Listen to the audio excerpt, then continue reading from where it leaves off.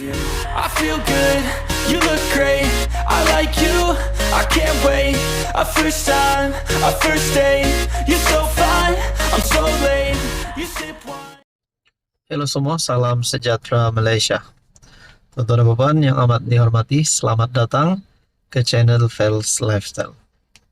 Ini satu berita berkaitan dengan tempoh penjara Najib Razak. Berkemungkinan akan lebih lama lagi sekiranya beliau kalah di dalam beberapa kes mahkamah yang dihadapi beliau. Dan begitu juga beliau boleh dibebaskan sekiranya menang kes mahkamah ataupun mendapat pengampunan penuh.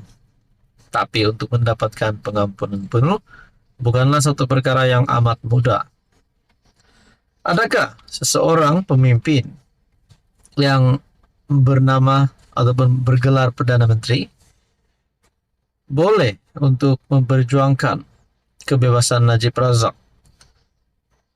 Dengan Anwar Ibrahim yang menjadi Perdana Menteri, adakah beliau mempunyai kuasa untuk membebaskan Najib Razak ataupun sekurang-kurangnya memperjuangkan kebebasan Najib Razak? Dan seterusnya, kalau bukan Anwar yang menjadi Perdana Menteri yang memperjuangkan kebebasan Najib, bagaimana pula dengan pemimpin UMNO yang lain? Terutamanya Zahid Hamidi sebagai Presiden UMNO.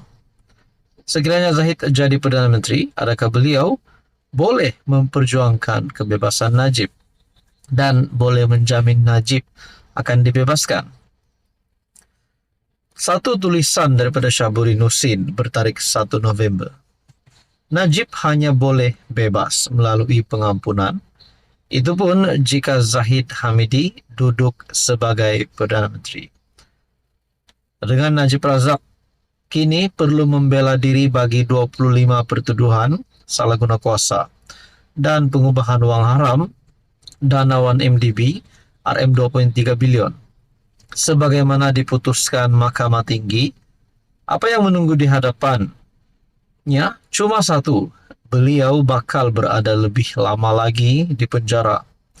Bagi sabitan bersalah dalam kes SRC, Najib telah dihukum penjara selama 12 tahun dan denda RM 210 juta. Lembaga pengampunan mengurangkan hukuman penjara Najib daripada 12 kepada 6 tahun dan denda 210 kepada RM 50 juta.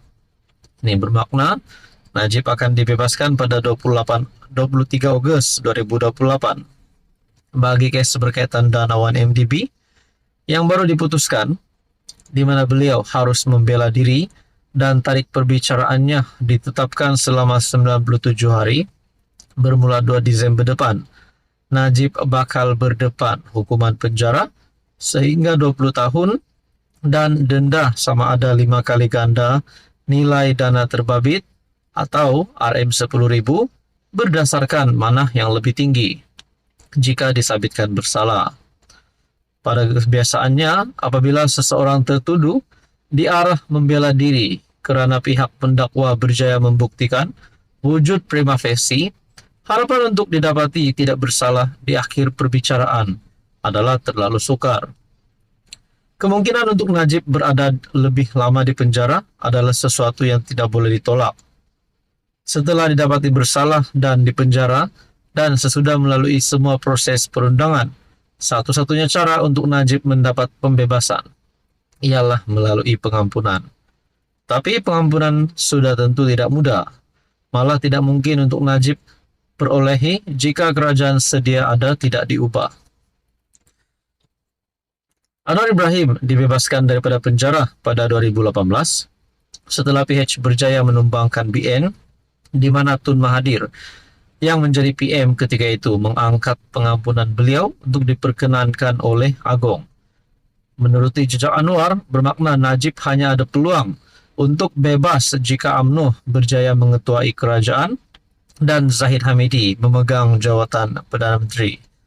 Dengan jawatan timbalan Perdana Menteri, Zahid Hamidi tidak cukup power untuk memperjuangkan dan membantu pembebasan Najib. Power sebenar Untuk berbuat demikian hanya ada pada PM yang kemudian boleh membawanya kepada perkenan agung. Jadi saudara-saudara, adakah dengan ini sepatutnya sebenarnya Zahid Hamidi mempunyai rancangan untuk menjadi Perdana Menteri, sama ada untuk bersama-sama di dalam kerajaan ataupun mungkin bersekutu dengan mana-mana parti yang lain agar beliau dipersetujui oleh pemimpin-pemimpin di bawahnya untuk mengangkat beliau jadi Perdana Menteri untuk menjalankan rancangan ini. Adakah perkara ini ada di dalam rancangan Zahid Hamidi ataupun tidak? Kita tidak tahu. Tuan-tuan dan puan, apa komen Anda? Halo semua, salam sejahtera Malaysia, tuan-tuan dan puan. Ini satu lagi kejutan. Rupanya setelah kita dengar ada ahli parlimen daripada Parti Bersatu yang berpaling tada isytihar sokong kerajaan perpaduan ataupun isytihar sokong Anwar Ibrahim, itu sudah satu berita buruk untuk Bersatu. Ada yang tanya, adakah selepas ini wakil rakyat daripada Bersatu yang lain mungkin juga akan mengambil langkah yang sama, tindakan yang sama untuk berpaling tada seperti 6 ahli parlimen Bersatu sebelum ini. Ataupun mungkin akar umbi Bersatu pula akan membuat kejutan kepada Muhyiddin sehingga membuatkan Parti Bersatu bubar. Nah, itu menjadi satu pertanyaan netizen. Tapi saudara-saudara, rupanya dalam satu perkongsian ini yang menyatakan Bersatu sah bubar, ketua dan juga beberapa pemimpin di dalam Parti Bersatu umum keluar parti. Adakah selepas ini mungkin Parti Bersatu berisiko untuk bubar sepenuhnya? Selain dikongsikan di mana Bersatu Tenggara bubar, ketua dan 15 EJK umum keluar parti. Adakah selepas ini tidak mustahil bagi mana-mana ahli parlimen ataupun wakil rakyat Bersatu untuk isytihar sokong Anwar Ibrahim? Mungkinkah ada wakil rakyat daripada Bersatu baik terus sokong saja kerajaan perpaduan ataupun lompat parti? Mungkin ada gesaan yang berkata lebih baik ahli parlimen Bersatu menyertai mana-mana parti di dalam Pakatan Harapan, mungkin menyertai PKR, atau mungkin ada yang kembali kepada UMNO. Saudara-saudara, Bersatu bahagian Tenggara didakwa bubar serta-merta hari ini susulan keputusan ketua dan 30 ahlinya, termasuk 15 ahli jawatan kuasa bahagian itu yang mengumumkan keluar daripada parti berkenaan.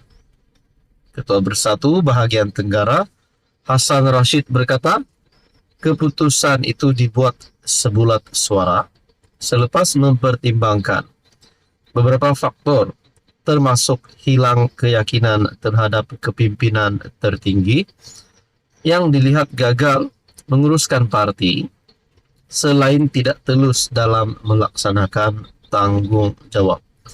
Sudah pasti kenyataan ini ditujukan khas kepada top 5 Bersatu ataupun kepimpinan tertinggi Bersatu. Beliau mendakwa tindakan pimpinan tertinggi menghantar notis rasmi pembatalan pemilihan bagi cawangan Kota Jaya Selatan, Bandar Tenggara Selatan, dan Sungai Telur sehari sebelum ia berlangsung adalah tidak cermat, sesuatu yang tidak cermat. Selain itu, sayap Sri Kandi di cawangan Bandar Tenggara Selatan, Pengeli Timur, Pelepah Valley yang layak bersidang juga tidak tersenarai dalam perwakilan pemilihan jawatan kuasa Serikandi bahagian Tenggara, malah jawatan kuasa itu juga telah digantung daripada bersidang. Saudara-saudara, kalau perkara ini menjadi satu booster penggalak kepada mana-mana wakil rakyat di dalam Bersatu untuk menyertai mana-mana parti di dalam PH. Anda rasa apa yang akan berlaku kepada seluruh kepimpinan Bersatu? Dikatakan di dalam artikel ini, beliau mendakwa kira-kira 500 ahli cawangan terbabit dijangka turut mengikuti keputusan keluar Bersatu.